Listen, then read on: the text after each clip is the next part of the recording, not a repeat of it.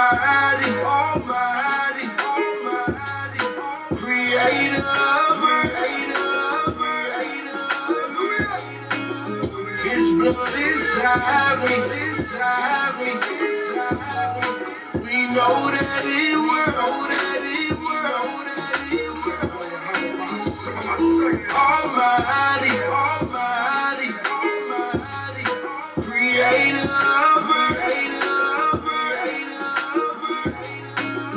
His blood inside me, we know that it will, who shall we fear? We got omnipotent, almighty Father, the Father of Abraham, the Father of Isaac and Jacob, the Almighty, and why would we pray? He said this stuff for the nation, the covenant back in our faces. Y'all, He with us, don't care what we face. Where else we gon' go? We gon' trust in His word. Stay on that narrow, don't trust in no turns. Eyes to the east, everybody gon' learn. Put where your sins are, they all about to burn. Past overcoming, got the blood on me. Unforgiveness had to go, I got the love on me. I believe I got the peace, I got the dove on me. See the kingdom of y'all, I got a bug on me. Almighty, Almighty, Almighty, Creator, His blood inside me, we know that it will, Scattered for many years, now we back. Mind been renewed from this world, we detached. The judgment is coming by His will, that's a slap. The wilderness is coming by His hand, that's a fact. The ark of the covenant, Abba willing, that's a spot.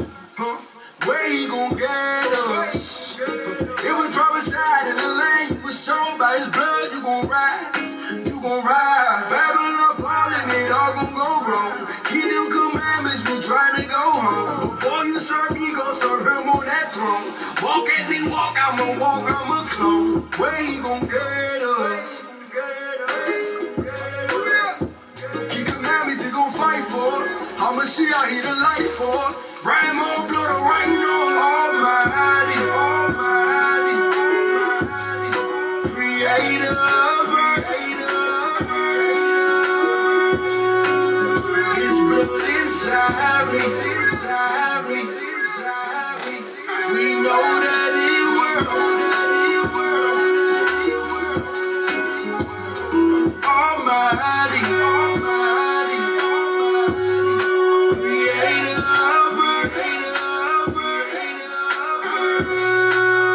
His blood inside me, we know that it will, Almighty, Almighty, Almighty, Creator, His blood inside me, we know that it will, Almighty, Almighty, Almighty.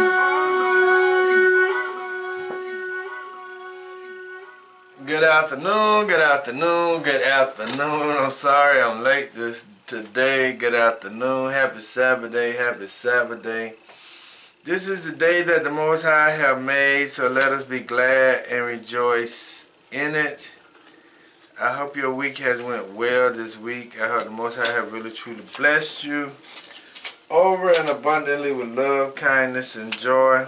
I hope the Most High really truly have blessed you.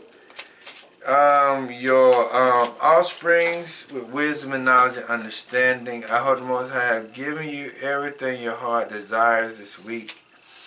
I hope He have given you the financial things that the money that you needed to be able to make it through this week. I hope He truly have. I hope He has really truly blessed you with wisdom and knowledge and understanding. I also hope He has blessed your offspring with wisdom and knowledge and protection and healing. You know, my week has been an okay week. I ain't gonna complain. You know, I ain't gonna complain. It is what it is. No harms, no hurt, harm, and danger in my life. But let me go ahead and read Exodus chapter 20, verses 1 through 17. It says, And Ananias spake out these words, saying, I am Yahuwah thy Ananias, which I brought thee out of the land of Egypt, out of the house of bondage. And thou shalt have no other Ananias before me. Listen to that. Listen to that. Thou shalt have no other Ananias before me. And thou shalt not make unto thee any graven image or any likeness of anything that is in the heavens above, or that is in the earth beneath, or that is in the water under the earth. Thou shalt not bow down thyself to them, serve them. For I, Yahuwah, thy Ananias, am a jealous Ananias, visiting the iniquities of the fathers upon the children to the third and fourth generation of them that hate me, and showing mercy unto thousands of them that love me and keep my commandments. Thou shalt not take the name of Yahuwah thy Ananias in vain, for Yahuwah will not hold him guiltless that taketh his name in vain. Remember the Sabbath day to keep it holy. 6 days shalt thou labor and do all thy work. But the seventh day is the Sabbath of Yahuwah thy Ananias. In it thou shalt not do any works, thou nor thy sons, nor thy daughters, thy manservants, thy maidservants, nor thy cattle, nor thy strangers that is within thy gates.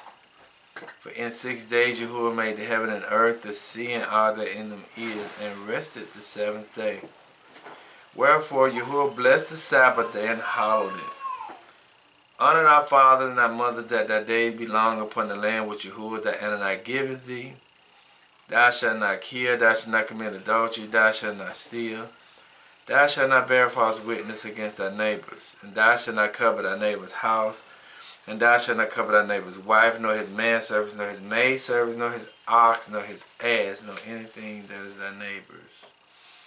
O creators of the heavens and earth, of our radiance and vibrations, soften the grounds of our beings and carve out a space with us where your presence can abide.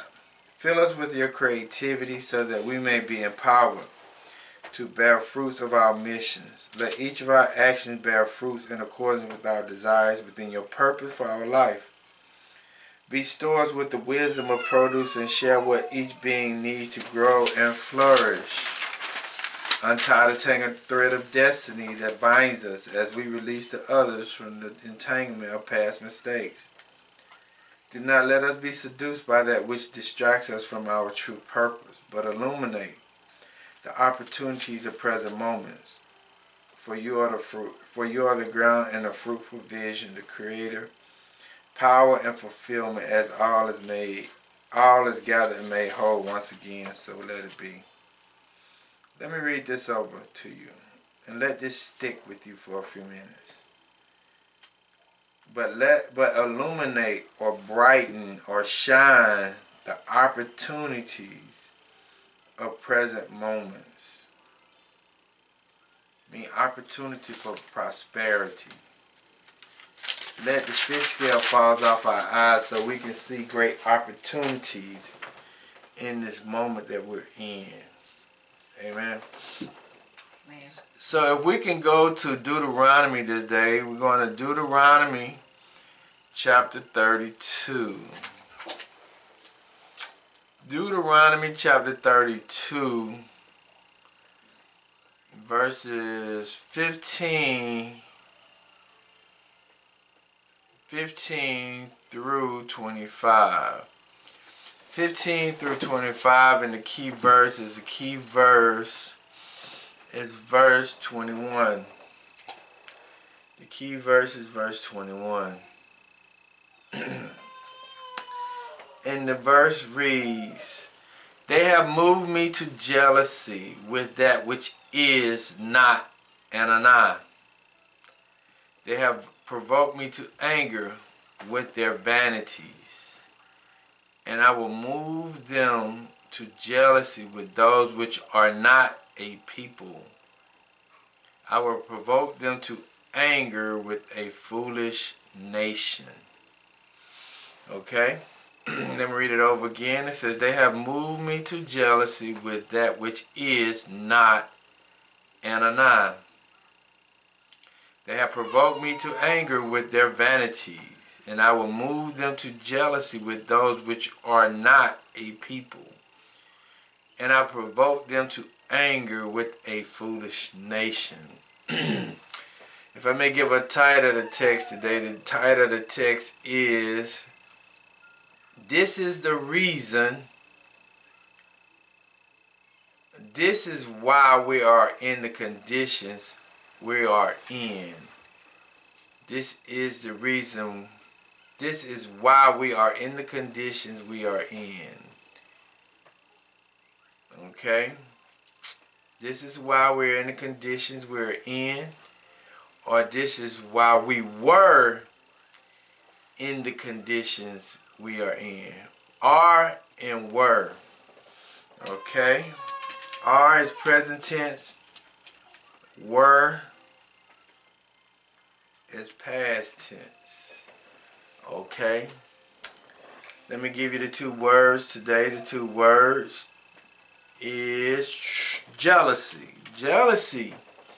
Jealousy from the Bible dictionary. Jealousy means suspicion, apprehensive of rivalship, uneasy through fear that another has withdrawn or may withdraw from one the affections of a person. He loves or enjoys some good which he desires to obtain. A person, he loves or enjoys some good which he desires to obtain, followed by of or applied both to the object of love and to the rival. Jealousy also means hostile force based on looks and not love. Jealousy means that somebody is removing something from you because of hostilities. Okay? And then trouble. Trouble means produce mental anxiety or worries or agitations or emotional turmoil. To disturb, to perplex, to afflict, to grieve, to distress. Trouble comes from the mental capacity, not from the physical capacity. Okay, trouble means to produce mental agitation, anxiety, or worries, or emotional turmoil. To disturb, to perplex, to afflict, to grieve, or to distress. Okay? Those are the two words today. But also I want you to keep this in the back of your mind. 2 Timothy 2 and 15.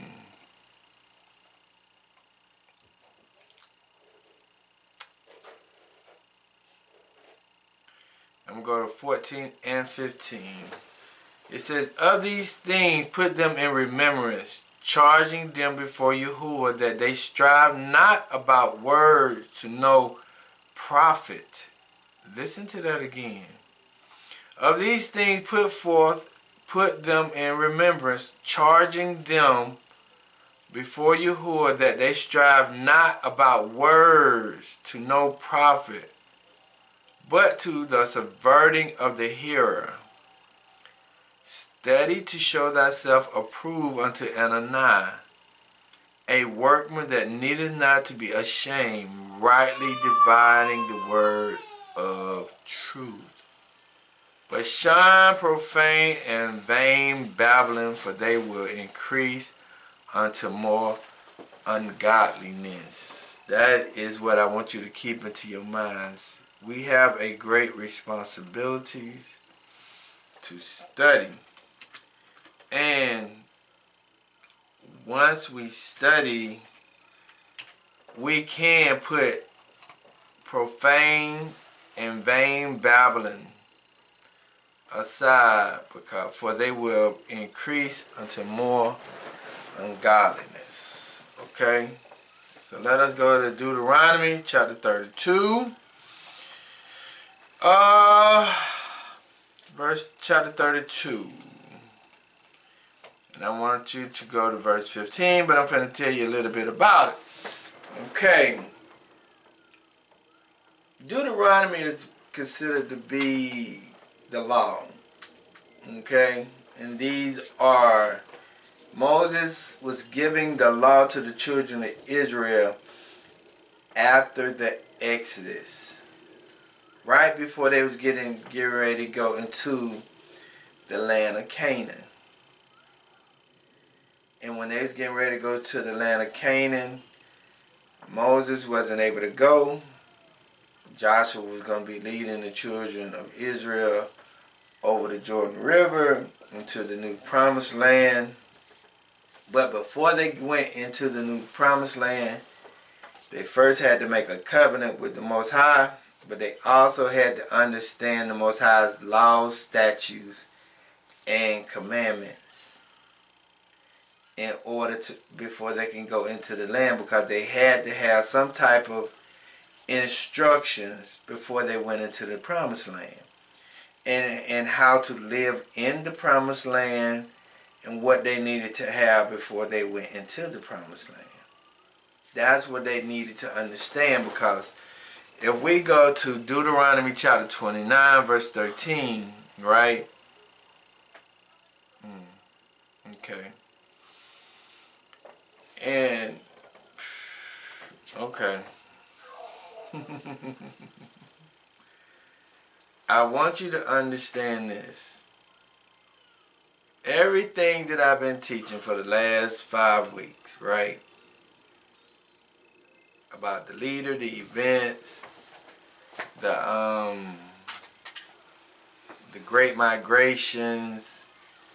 Last week, I forgot what last week was about. But now, we have to learn from our mistakes. Who protects the righteous during difficult times. Okay. Understanding that we had to go to the leaders, the events, about the 2 migrations, and understanding that we getting ready to go through difficult times, but Yahuwah will protect us, because we getting ready to migrate to the new land in a little short period of time. But before we get into the new lands, the Most High have to establish laws, statutes, and commandments for the people of Israel before they get into the new land, in order for us to be successful in the new land. But it's like when I was at gun training last week with the students, right? We was training, and I told the students, remember what you just did right, and remember what you just did wrong, in order for you to be successful on your next round of shooting, right? Because if you never understand the pros and cons of your last event or your last situation, you will never know how to be when you come to new situations, right? And see, what we have to understand is that right now the Most High is moving. He's getting ready to move us out of the situation that we're in and getting ready to place us in a new situation. But we got to understand what got us in the situation that we're in today. What got us in the situation that we're in today? And when we understand what got us in the situation that we're in today, whether it's good or bad, when we go to the promised land or when we go to the new lands, we will not make the same mistakes that we made of old. When we get into the new promised land, we won't make the same bad mistakes that we did when we was here in America. And see, that's something that we got to totally understand about where we're getting ready to go, where we're getting ready to head to, where we're getting ready to move, is that we can't make the same identical mistakes, because if we do, we'll be putting ourselves in the same identical situation. And see, that's what the Most High don't want us to do, is continue to put ourselves in the same identical situation. See, and now let me give you a little bit of information, okay? I'm gonna give you a little bit, and then I'm gonna go back, because we got to understand that before we go into the new land, we got to make a new covenant. We got to make a covenant with the Most High, because we believe that the Most High is going to take us to the new land. And when we believe that the Most High is going to take us to the new land, we got to make a covenant with the person or the spirit that took us to the new land. And when we get into the new land, we got to be able to do the covenant that the Most High that we committed to, so that we can be successful where we go. And see, we have to learn from the mistakes of the past, so that when we go somewhere in the future, we will not be in that situation again. Did that make any sense? Did that make any sense? So let me give you a little bit, right? I Googled, right? White influence on interpreting the Bible. Listen to that. White people have influenced the interpretation of the Bible in a number of ways, including through the use of Western perspectives and the depiction of biblical characters as white. So, understand that every viewpoint, every theology, everything, majority of everything that we get, when we come to understand the Bible, it's always coming from, or it originated from, the interpretation of European people. It even started back in 325 AD. 325 AD is the first council of Nicaea, was a meeting of Christian bishops in 325 to address Iranian controversies. Arian's controversies. The council was held in Nicaea, a city in Asia Minor that was a center for many Eastern bishops, Roman bishops. The council outcome was the Nicene Creed, which is still used in many Christian churches today. So the establishment of the Bible was established through the Roman Catholic Church, or through European people. Okay? The person who did it was Constantine the Great. Constantine the Great was a worshiper of the sun. Okay? Sol Invictus during his youth and reigned early. However, he converted to Christianity and publicly renounced the sun god in favor of crucified son. Yes, they saying that Constantine converted to Christianity, but he only converted to Christianity in a public setting because it was from a political standpoint, not from a religious standpoint or a way of life standpoint. So now when we understand that the interpretation and the gathering of the books that Constantine put together all came from a European's perspective, right? Then when we go to, like I said, white influence on interpreting the Bible. White European people put the Bible together. The first person who had established everything was a European person. And then it says European people have influenced the interpretation of the Bible in a number of ways, including through the use of Western perspective and depiction of biblical characters as Europeans are white. Okay? So when they did it, it was all done for their perspective to be able to control the masses of people in the way they wanted to control them, okay? So then once I did that, I said, when did the church started teaching that Jesus was white? The church began to depict Jesus as white in the early 1800s, in line with political climates of the times. The image of Jesus became a source of comfort and unity for many European Americans. Okay, so now when we understand that the Roman Catholic Constantine is the emperor of the Roman Church or the Roman Empire, they put the Bible together, they gave the interpretation of it, then they also made Jesus become European, because it was always their God, the way they wanted it to be and how they wanted it to be. Understand that, okay?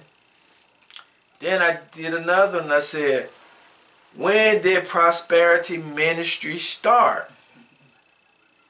The modern prosperity ministry movement is generally considered to have begun in the 1950s, primarily through the ministry of Oral Roberts, who popularized the concept of using faith to achieve both healing and financial prosperity within the Pentecostal movement. So understanding that everything that we got when it comes down from a religious perspective or viewpoint, all came from a European's ideology. Everything came from a European's ideology.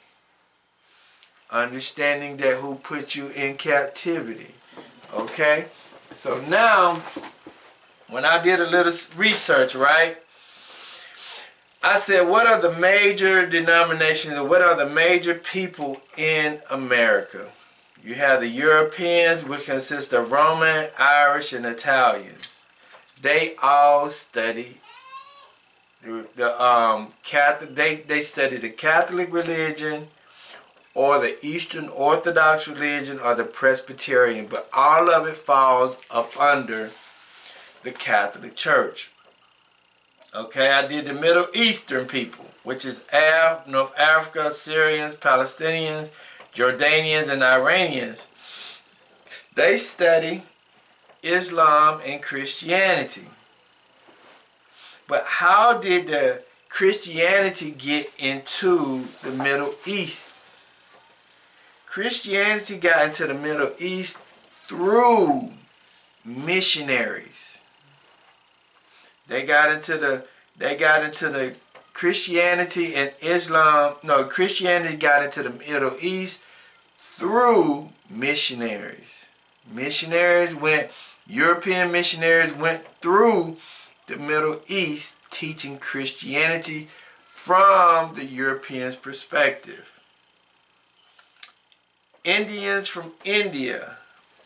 Majority of the Indians from India, they practice Hinduism. They practice Hinduism. There's very few that in America that practice any other religion than Hinduism. I said Asians. Asians consist of Chinese, Indians, Filipinos, Vietnamese, Koreans, and Japanese people. Majority, I say their nationality or their religions believe in Hinduism, Christianity, but majority of them believe in Christianity.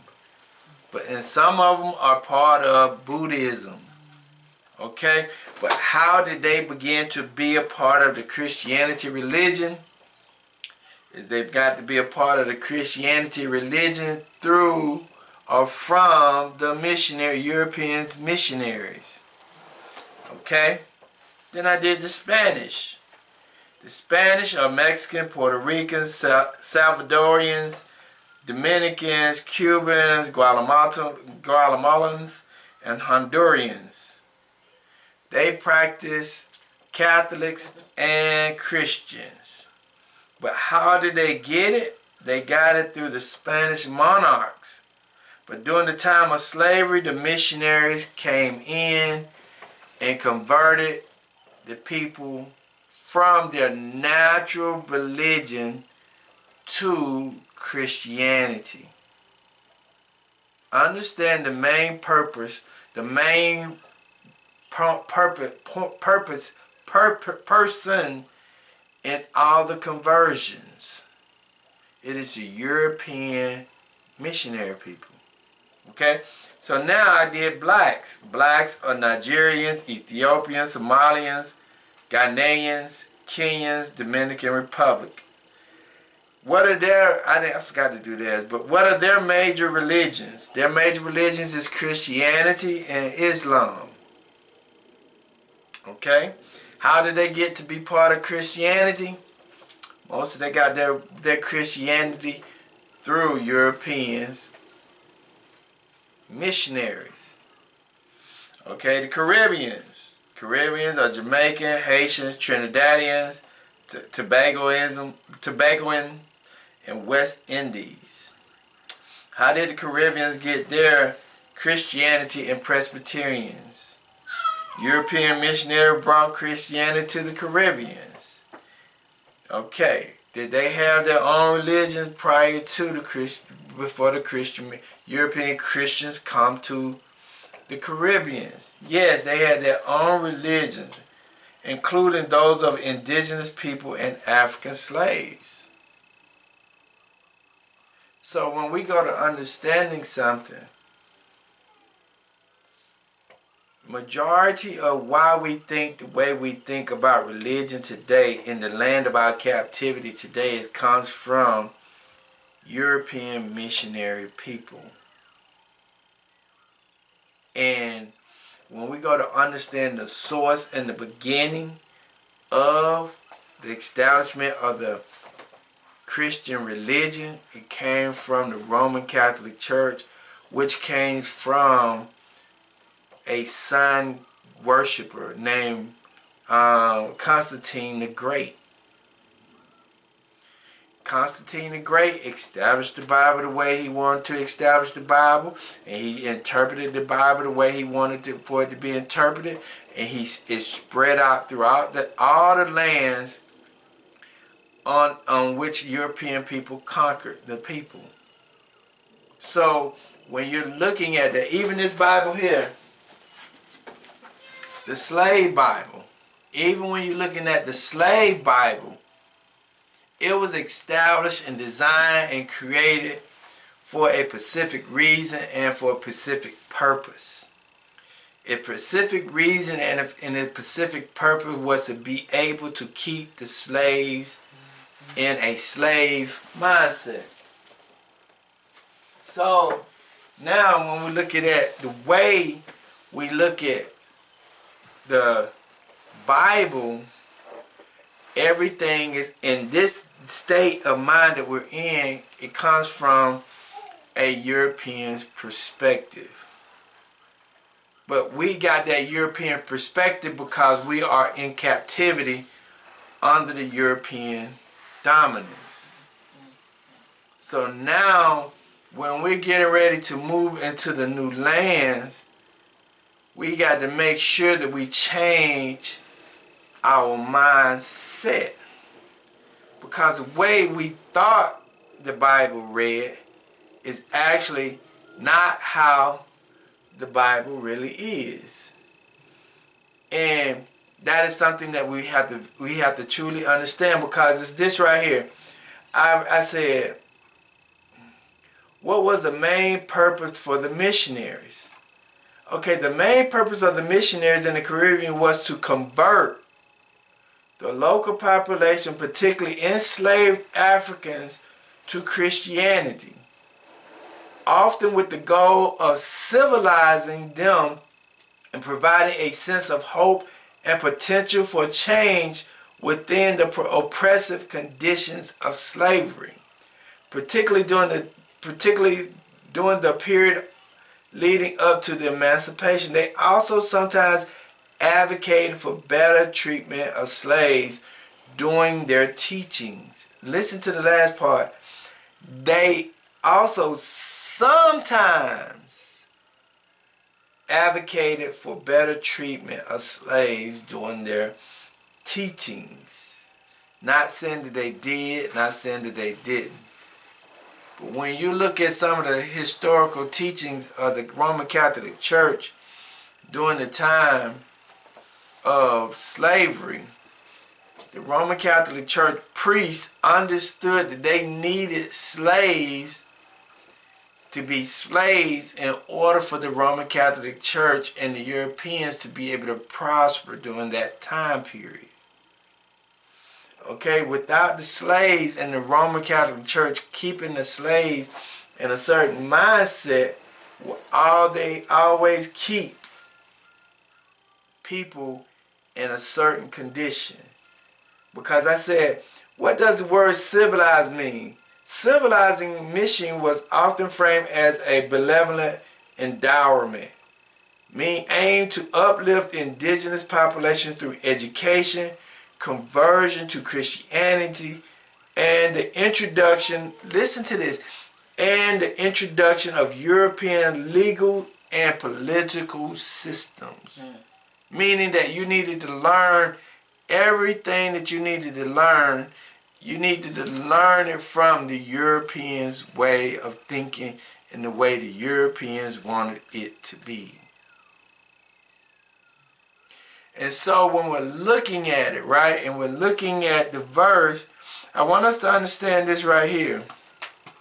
When we go to Deuteronomy chapter 29, verse 13, see, everything we got going on now is based on a promise. Everything that you see now going on now is based on a promise. A promise, okay? A promise. And the promise is here, right here in Deuteronomy 29:13, that he may establish thee today for a people unto himself, and that he may be unto thee an Adonai, as he has said unto thee, and as he has sworn unto thy fathers, to Abraham, Isaac, and Jacob. See, everything is still based on that promise of what the Most High said he was going to do for Abraham, Isaac, and Jacob. But we all had to go through all of these things that we went through to be able to get to this promise. But we also got to understand that we have to learn from the past, so that when we do go into the new promised land, we won't go back to thinking the way that we used to think in the land of promise. Because I want us to understand something. This right here, right? I want you to understand something.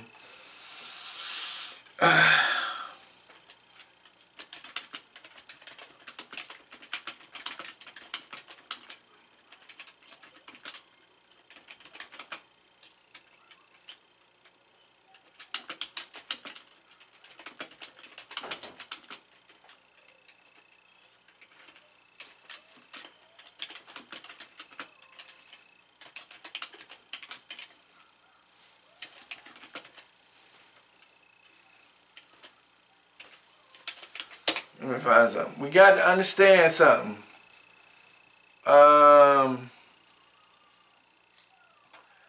Okay. Listen to this.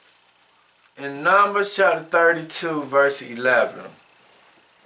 Understand this. In Numbers chapter 2, verse 11. coming out of I just say the New King James Version, right? Surely none of the men who came up from Egypt and from 20 years old and above shall see the land of which I swore unto Abraham, Isaac, and Jacob. Because they have not followed me. Wholly followed me. They didn't follow Yahuwah.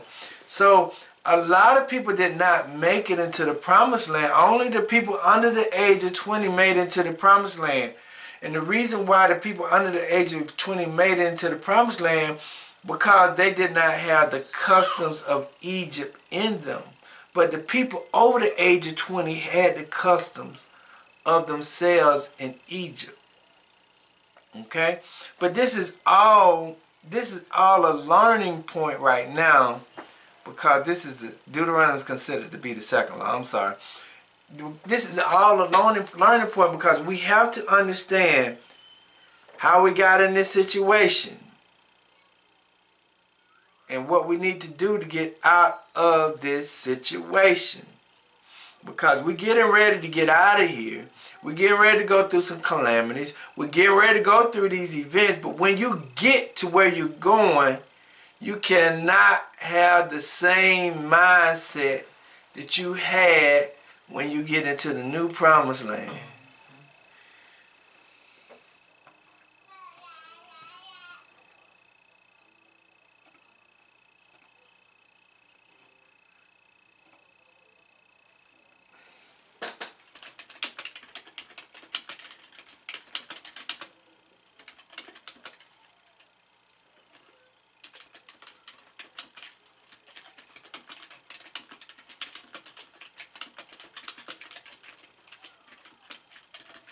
Okay, I just had to change the title of my text this morning.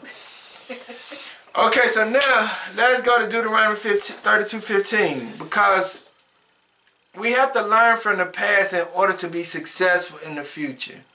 Because you got to understand that prior to everyone encountering Europeans and their ideology, they was living their own customs, their own way of doing things. And then and then after the encounter of Europeans, that's when everything shifted. And it started to be the way the Europeans wanted it to be, because the Europeans colonized everybody. So now we have a colonized mentality.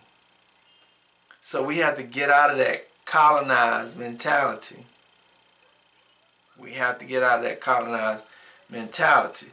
So now let us go to Deuteronomy chapter 32, verse 15 through 25. Okay, it says, "But Jeshurun waxed fat and kicked. Thou art waxing fat. Thou art grown thick. Thou art covered with fatness." Then he forsook Anani, which made him, and lightly esteemed the rock of his salvation. Okay, so now when you get into because in order to understand verse 15, you got to go to verse 13 and 14. Okay, and he said, he made him ride on high places. This is in Deuteronomy 13:14. It says, "And he made him ride on high places of the earth, that he might eat the increase of the field. He made him to suck honey out of the rocks, and oil out of the flint rock, but butter and can, and milk of sheep, and with fat of lamb and ram, and of the breed of Bashan, and goats, with the fat of the kidneys of wheat. Thou did drink the pure blood of the grapes." That was the conditions of the people when they was in the land. They were living very well in the land that they was in. They was living very well. They was doing very good. They was prospering. They had the best of the best. But at some point, the children of Israel forgot who got them to where they needed to be, or where they was. See, the children, sometimes you can't have a short memory of who got you to where you are today, who got you to where you need to be, who got you in these conditions, who got you where you're not worrying, who got you where you're not sick, who got you where you have money in the bank, who got you where you got clothes and cars on yourself, who got you where you have a sound mind and a healthy body. You got to remember who put you in those conditions. So when you do start to have those conditions, when you're in those conditions, you will never forsake the person who got you there. You will never forsake Yahuwah, because you know he put you in those situations or in those conditions that you're in today. And see, that's what happened to the children of Israel when they got in that condition, in that place, in that space, in that time. They started to worship other things and other people. And see, when you get to a certain place, you can't lose your mind to idolatry. You can't think that the cars and clothes got you there. No, the cars and clothes didn't get you nowhere. The Yahuwah got you to where you are today. Yahuwah is going to take you out. Yahuwah is going to cover you. Yahuwah is going to spread his wings over you. You can't have in your mind that, yes, I did this, and yes, I did that. You can't have an idolatry mindset, because it said, Jeshurun waxed great and kicked. Thou art waxing fat, meaning that he was doing really good. Thou art grown thick. Because they say you can tell how a man is doing when you see him gaining a little weight and his face is looking good. You can tell that a man's living well when he don't gain a little weight and put some little weight on. Okay, it says, thou art grown thick, thou art covered with fatness. Then he forsook Yahuwah, which made him. That's the thought process. We can't, when we're getting ready to go into the new promised land, we can't forget who got us to where we are today, who took us to the promised land. We can't forget that. Because it says, then he forsook Yahuwah, which made him, and lightly esteemed the rock of his salvation. Let us go to 1 Samuel, chapter 2, verse 29. See, we can't forget where we got to go. We can't, when we get to where we're going, we can't have a high-mindedness that I did this, and I did that, and I did this, and I did that. See, we can't do that. We got to always have Yahuwah in mind when we get ready to go where we got to go. We got to remember that. 1 Samuel chapter 2. Yeah, it's 1 Samuel chapter 2, verse 28 and 29. Okay? I'm going to read it. It says, and did I choose him out of all the tribes of Israel to be my priest, to offer upon my altar, to burn incense, to wear my ephod before me. And he did give unto the house of thy fathers all the offerings made by fire of the children of Israel. Wherefore ye kicked at my sacrifice, at my offerings, which I have commanded in my habitations, and honored thy sons above me, to make yourself fat with the chiefs of all the offerings of my people, of all the offerings of Israel, my people. See, when we get into the new land, we can't put nobody above Yahuwah. We can't put nobody above Yahuwah. And that's what happened in this verse. It said he put his son, above Yahuwah. And you can't do that. You can't put when we get ready to go where we got to go, We can't have idolatry. We can't say, well, I'm going to put these people where we're going above Yahuwah. No, you got to put Yahuwah above the people. You got to continue to keep your new customs when you get in there. You got to continue to keep that law when we get in the new land. Let us go to Malachi.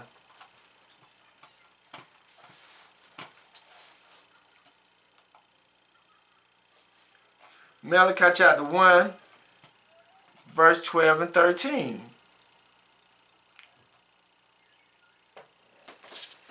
Because this miraculous move that's going to happen is not going to be caused by man. It's going to be caused by Yahuwah. And that's something we got to keep in our remembrance. It says, but ye have profaned it, in that ye say, the table of Yahuwah is polluted, and the fruits thereof, even his meat, is incontemptible. Ye say also, behold, what a weariness is it, and ye have snuffed at it, saith Yahuwah of hosts. Ye brought that which was torn, and the lame, and the sick. Thus ye brought an offering. Should I accept this of your hands, said Yahuwah? See, when you go there, when we get to the new promised land, or we get to where we're going, we got to bring the best that we have to Yahuwah. Meaning that when we got to be the best people that we can be when we over there. Because those people are going to say, this is the people of Yahuwah.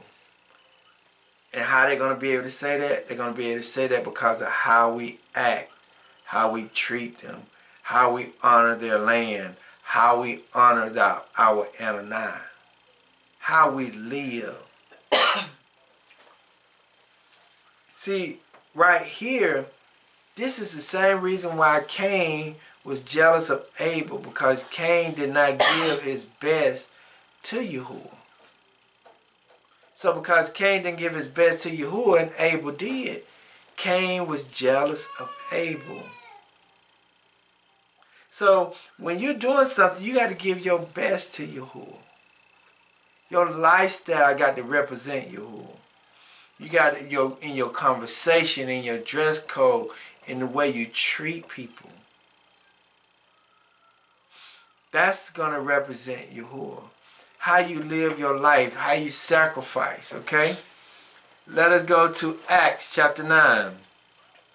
9 and 5.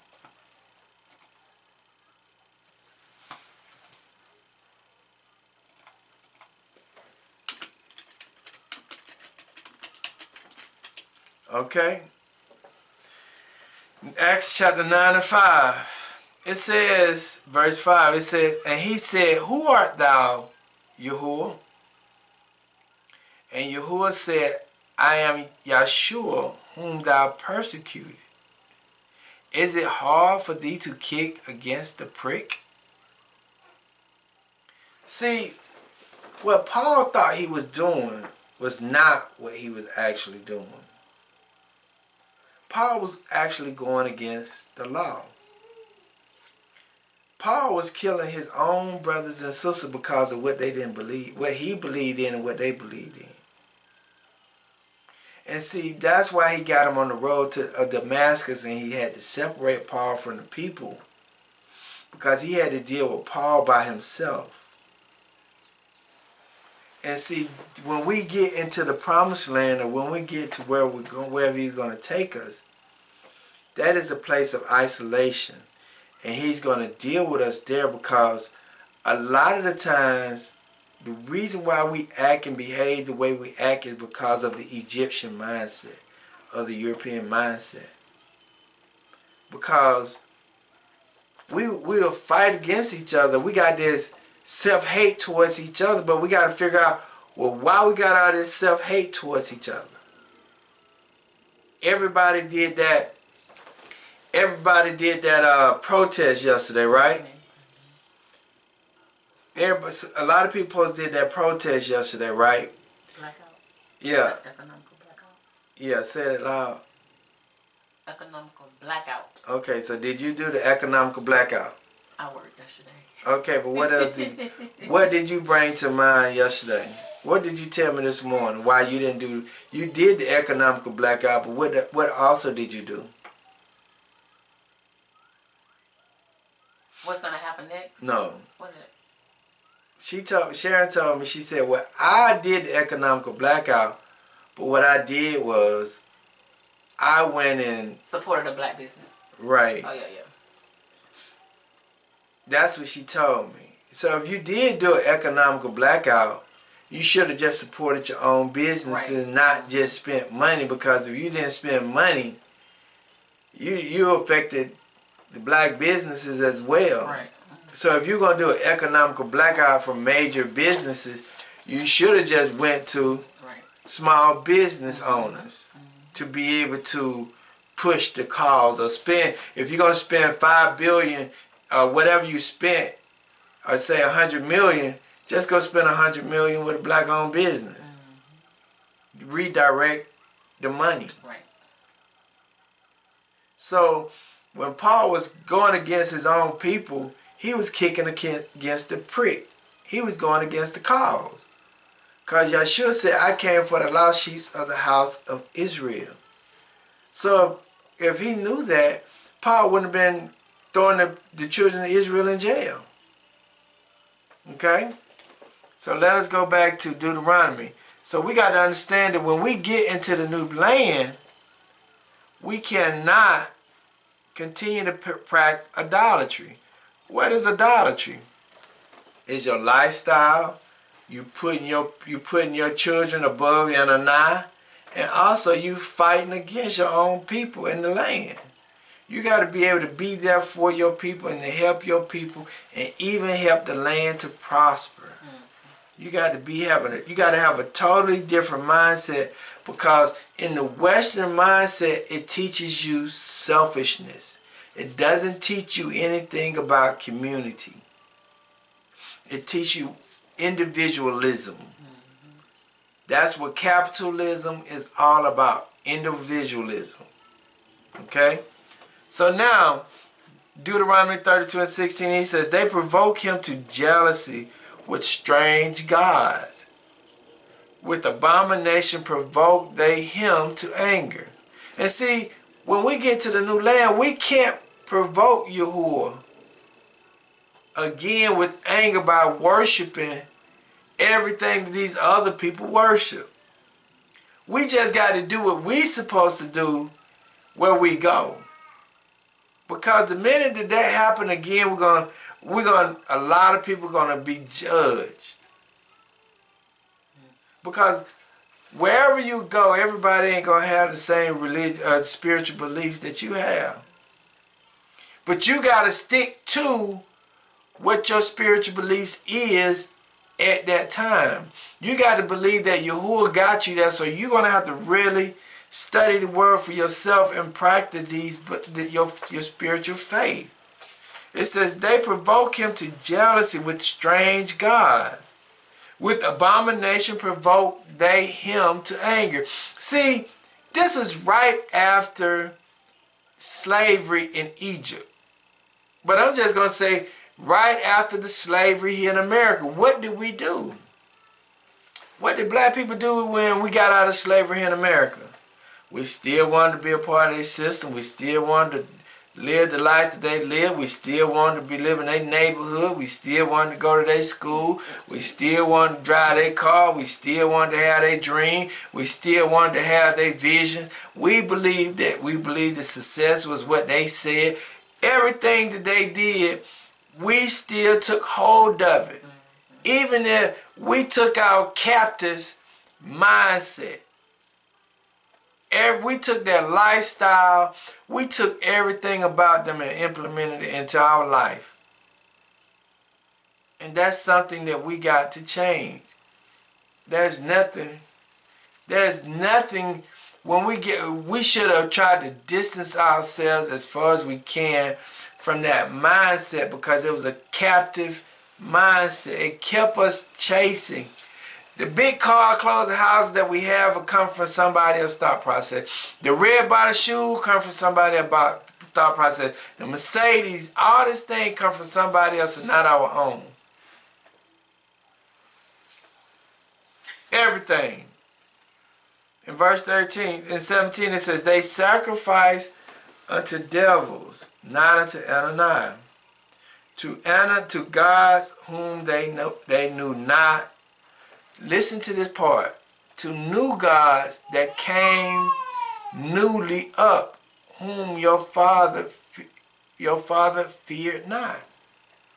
See, we were just worshiping everything that other nations of people wanted us to worship. We worship their lifestyle. We worship everything about what they did. We did not stick to the plan, the strategy of what we had. We were so consumed with our oppressor's lifestyle, we did everything that he wanted us to do. We did not stick to the plan. We didn't. As soon as we got out of slavery, we jumped right back into it. Just another form of it. That's another form of it. And then it says, of the rock that begotten thee, thou art unmindful. Listen to that. Listen to that. Of the rock, of the protector that begotten thee, thou art unmindful, and hast forgotten Ananiah that formed thee. See, as soon as you get out of oppression, you forget the person who got you out of it. You just want to attach yourself to some other than that person that got you out of it. It's just like when a person lose weight or a person who get a degree, but the only way they was able to get a degree or the only way that they was able to lose the weight or whatever situation they was in, they had to have help. And once they got the help, once they got out of the situation and they got it from the person they need, they threw that person away like they didn't need him no more. And that's the way Ananias feels. Ananias saying, once I got you out of bondage and once I got you out of slavery, you forgot all about me. You forgot all about me and what I did for you. Now you're going to go whoring after another God that your fathers and nobody even knew. You're going to get out. You're going to leave me and go to them. It's been men and women have helped their mates be successful, get the jobs, get the businesses, get the money. And as soon as the person get the job, get the business, get the money, they divorce the person who they was with and try to go get with somebody new. And that's what Ananias is saying. You don't divorce me now after you don't got what you wanted, huh? How soon you forget. And that arouses the spirit. That makes the spirit upset. How soon you forget that I got you where you are? And now I don't got you where you are, you're going to forget me and go get with somebody else, huh? Okay, no problem. This is what's going to happen.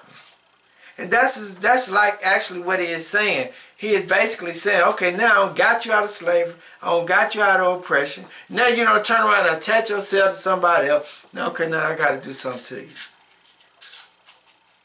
And see, we can't, once we get in the promised land, we got to continue to have that in memory who got us where we are.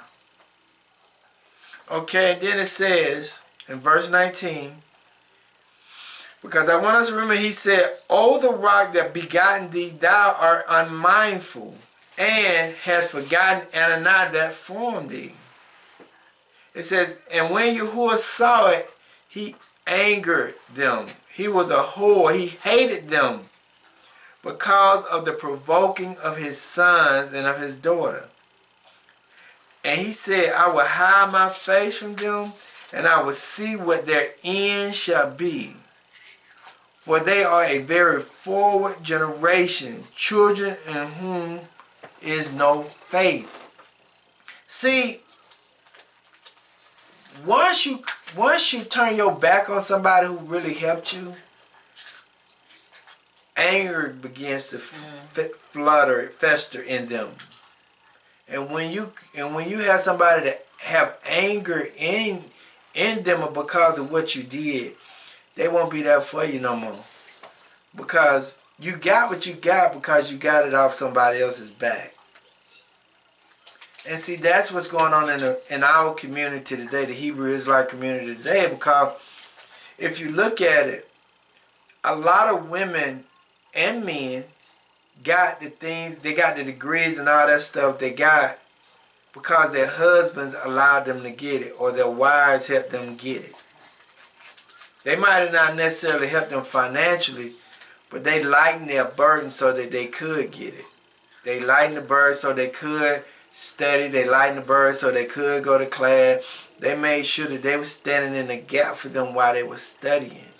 And see, a lot of people forgot their mates once they got their degrees, or once they lost their weight, or once they achieved the businesses. Once they achieved the businesses, they said, well, he beneath me or she beneath me now, so I don't need them no more. I'm finna go find me somebody better who on my level. Forgetting that the person who got you on the level that you on is the person who was there for you through your ups and downs, your good and bad. But how soon you forget that this person got you to this position. But when you get to this position, now you want to go, you want to go worship new gods. And that's what's happening. That's what happened in the past, and what the Most High is saying. I don't want you to forget this. I don't want you to forget the moment that I got you to where you are. Because if you get again, this is what's going to happen in verse 21. They have moved me to jealousy, to envy, to anger, with that which is not God. And a 9. They have provoked me to anger with their nothings. And I will move them to jealousy with those which are not a people. And I will provoke them to anger with a foolish nation. Okay? So now when you look at the word, we're looking at this, the word anger in this verse, it means the word anger in this verse, it means trouble. It says to trouble by implications, to grieve, rage, be indignant, to be angry, to be grieved, take indignation, provoke to anger, unto wrath, have sorrow, be vexed. That means to be vexed. Means that you got to go through some troubling times, because of the simple fact is who you worshiping. The Most High is going to take you through some troubling times because of what you're worshiping, who you decide to love. And see, I was listening to this person one day. She said, everything that black people, African American or Hebrew people had to get, they had to fight for. You had to fight to die. You had to fight to live. You had to fight to eat. You had to fight to go to school. You had to fight to have medication. You had to fight to have fair housing. You had to fight to have fair banking. You had to fight to be a part of whatever. And see, that is part of the anger. You having to fight to get everything that you had to get, because the simple fact is you're worshiping the same people who you fighting. You believe in the same people. You believe in the same information that who you fighting to get what you got. The same people who give you the interpretation of Scripture, give you the interpretation of law, give you the interpretation of whatever of legal, is the same people you got to fight to get the things that you need. But these are the same people that give you the information and you believe in so much. You're fighting against yourself. You're fighting against your oppressor to have everything, and you're believing everything your oppressor tell you. See, you can't go in a new land thinking and believing that way, because the simple fact is it's going to put you back in trouble again.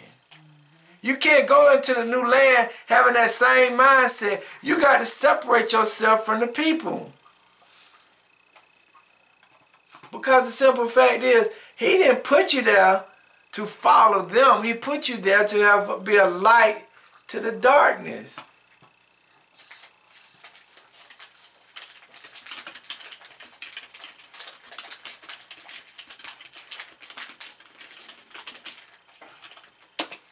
See, that's why he said in 2 Corinthians chapter 6, verse 12, right? 2 Corinthians chapter 6, verse 17. This is why Paul said what he said.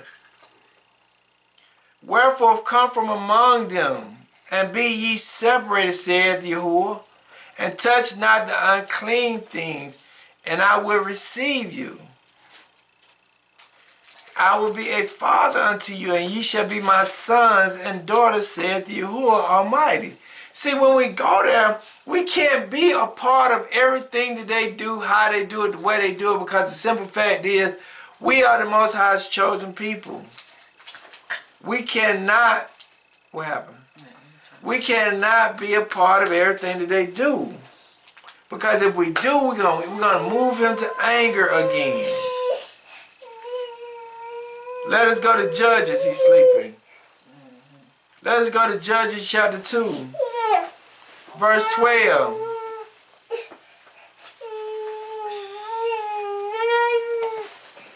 It's okay.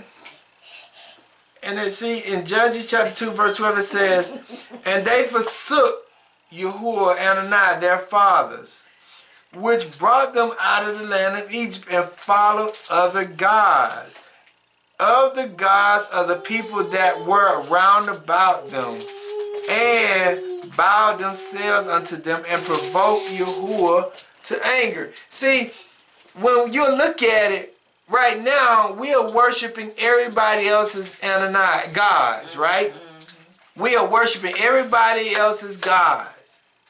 But once we get into this new land, we can't worship everybody's gods. We got to live the way the Most High wants us to live. Because we got to learn from our mistakes, and we got to remember what got us in the condition that we in, because we're still following everybody's God. We want to be a Buddhist. We want to be a Hindu. We want to be a Muslim. We want to be all these things, but just be the children of the Most High. Have the lifestyle that he wants us to live. Okay? Let us go to Psalms. Let us go to Psalms 78 and 58. Because we can't do what the Romans do. When we're in Rome, we can't do what the Romans do. No. That's why the Nigerians got their own community. That's why the Asians got their own community. That's why the Hispanics and the Mexicans are trying to get their own community. No, they're not trying to be a part of what's going on in the Americas. They're trying to establish their own country within the country. Listen to this one. Psalm 78:58 said, for they provoke him to anger with their high place, and moved him to jealousy with their graven images. When Ananias heard this, he was wroth, and greatly abhorred Israel. See, you cannot go to a place and start taking up their customs. You can't do that. And see, you might have to learn their language to be able to adapt to their environment, but that don't mean that you got to be able to do what they do, because what they're doing, how their lifestyle is, may be totally different. Then it may be contrary to what Yahuwah wants you to live. You can't do that. And see, that's what happened. And I like this Judges chapter 2. Judges chapter 2 verse 12. I like this verse. That's a good verse. Listen to verse 11 and 12 again. It says, and the children of Israel did evil in the sight of Yahuwah, and served Balaam. They forsook Yahuwah and Anai of their fathers, which brought them out of the land of Egypt. Listen to this. And followed other gods, of the gods of the people that were round about them, and bowed themselves to them, and provoked Yahuwah to anger. See, we can't do that at this moment. We cannot take on other people's lifestyle. We can't take on their customs or their ways or their traditions. We got to have our own customs, ways, and traditions when we get to the land. We can't do that. We got to remember what got us in the conditions that we're in today. Okay? Let's go to Ezekiel. Chapter 8. Verses 3 through 5. Okay? He put forth the form of an hand and took me by a lock of my head. And the Spirit lifted me up between the earth and the heaven and brought me in the vision of Ananias to Jerusalem, to the door of the inner gate, that which looked towards the north, where was the seat of image of jealousy, which provoked to jealousy. And behold, the glory of Ananias of Israel was there, according to the vision that I saw in the plain. Take care of him. Huh? He might be hungry. Then said he unto me, Son of man, look up thy eyes now the way towards the north. So I looked up my eyes the way towards the north, and behold, northward at the gate of the altar, this image of jealousy is the entrance. And he said furthermore unto me, Son of man, seest thou what thou do? Even the great abomination that the house of Israel committed here, that I should go far off from my sanctuary, but turn thee yet again, and thou shalt see greater abominations. See, we can't continue to do abominations in lands that we're getting ready to go to. If the Yahuwah say don't eat pork, don't eat pork. If Yahuwah say don't celebrate these pagan days, don't celebrate the pagan day. If whatever Yahuwah say, wherever you're supposed to go, you celebrate them. You celebrate the Passover, the Feast of Unleavened Bread, the Feast of Trumpets. You got to celebrate the holy days when you get to where you're going, if you want to continue to have the blessing. Okay? That's something that we got to have. Because when you push somebody to jealousy, like this week, I was very disappointed with one of my friends, right? And because I felt like he was jealous of me, who I thought was a friend. And I had to push him away from me because of the fact is, how I saw him, he didn't see me.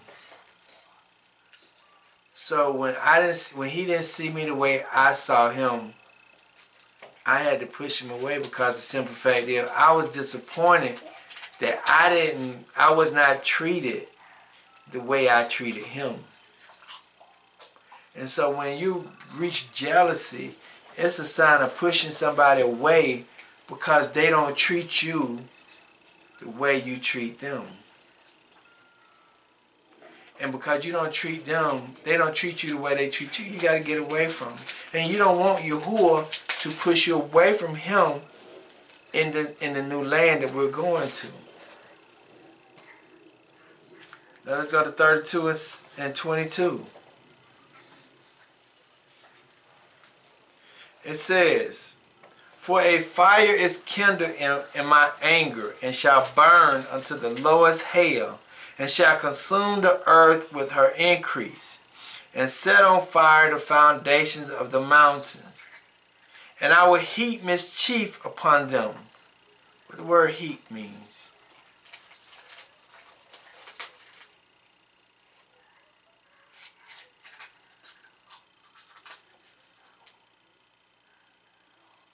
Okay. It says, heap means to perish, put, join, destroy, consume, add. I will add mischief upon them. I will send my arrows upon them. See, because the children of Israel did not do what the Most High said do, he brought on misery. He brought on discomfort. He brought on bad health, financial situations, the kids getting deleted in the street. He brought all these things on us because of what we decided to do. It should have came to us in mind that when we got out of slavery during the Americas, we should have did the right thing. We shouldn't have wanted to be the way the oppressors wanted us to be. We shouldn't have wanted to live in their neighborhoods. We shouldn't have wanted to be a part of their schools. We shouldn't have wanted to be a part of their schools. We shouldn't have wanted to do all those things. You know, we shouldn't have wanted to be, we should have wanted to create of our own. We should have wanted to create our own stuff. But we didn't. We wanted to be a part of everything that they had. Then it says, they shall be burned with hunger and devoured with burning heat and with bitter destructions. I will also send the teeth of beasts upon them with the poisons of serpent,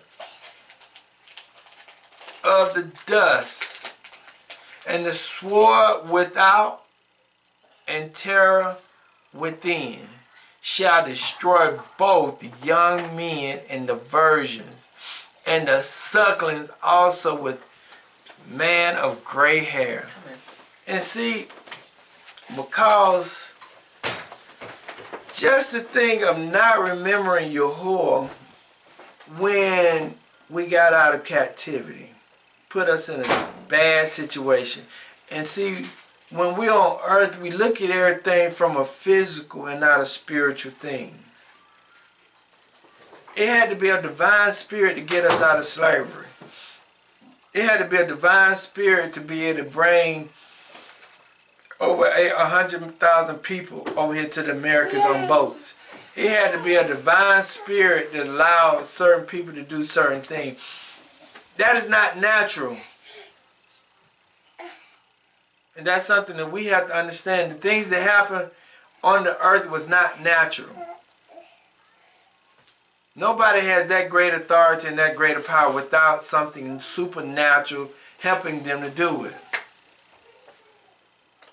And see, when we get to where we're going, we got to look at what we're doing. What happened, it was something divine.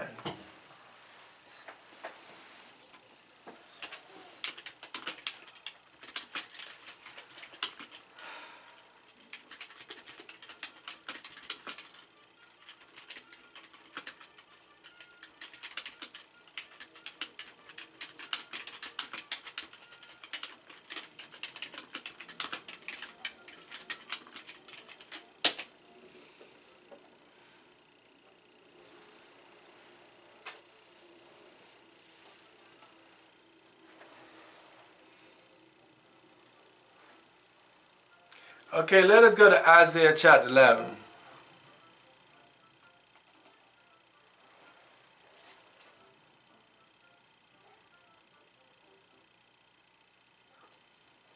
See, the second one is going to be so much greater, and we're going to have to say that it had to be something other than man to get us where we are. Okay? It says, and it shall come to pass in that day that Yahuwah shall set his hand again the second time to recover the remnant of his people, which shall be left from Assyria, from Egypt, from Pathros, from Cush, from Elam, and from Shinar, and from Hamath, and from the islands of the sea. And he shall set up an ensign for the nation, and shall assemble the outcasts of Israel, and gather together the dispersed of Judah from the four corners of the earth. See, that's going to be a greater moment. And when we see that that greater moment happens, we got to think that, we can't think that it's man that did it. We got to say that Yahuwah did it. Yahuwah brought these things on. Yahuwah made these things happen. Okay? Let's go to Leviticus chapter 26.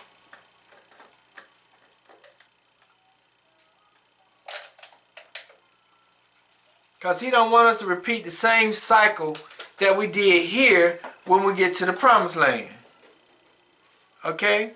Then in Leviticus chapter 26 verse 3 says, upon them that are left alive of you, I will send a faintness into their hearts, into the land of their enemies, and the sound of a shaking leaf shall chase them. And they shall flee as fleeing from a sword, and they shall fall when none pursueth, and they shall fall one upon another, as it were before a sword. When one pursueth, ye shall have no power to stand before your enemies. See, you don't want to be that way when you get to the new land. You want to be able to stand against your adversaries because you're standing on the truth. You don't want judgment to hit you again over there. You don't want to get sick in Africa. You don't want to have a dysfunctional family when you get to Africa or wherever he takes us. You don't want to have that. So that's why it's telling us it's very important that we remember now what's going on. Let's go to Ezekiel. Ezekiel chapter 7.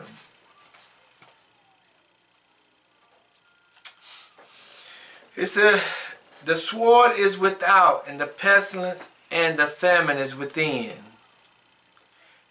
The sword comes from the outside of your families, but the pestilence and the famine is inside, meaning your internal families. Like when you are deleted, it comes from the police. When you're hungry, it's because you don't have, which is your family gonna be internally hungry. It says the sword is without, outside the walls, and the pestilence and the famine is inside the walls.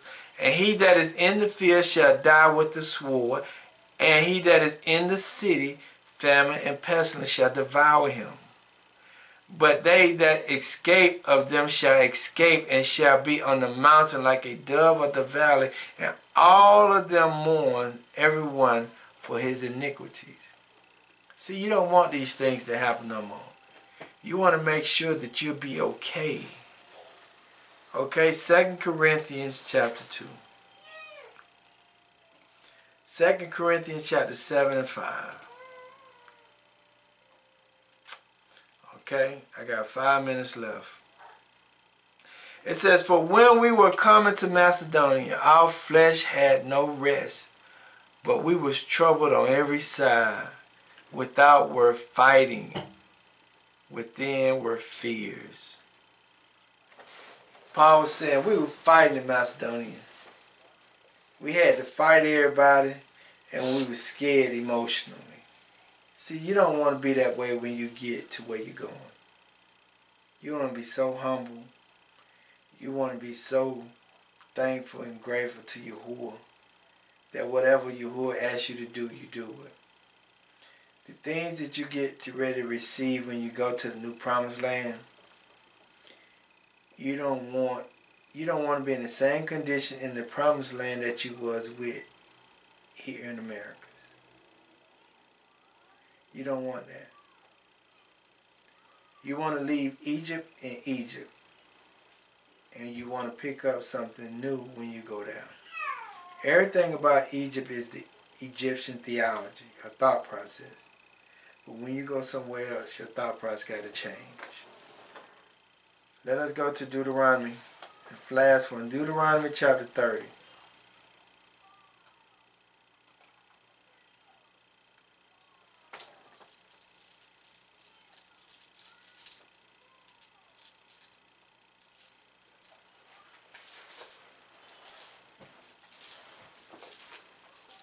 See, this is what has to happen. Listen to this.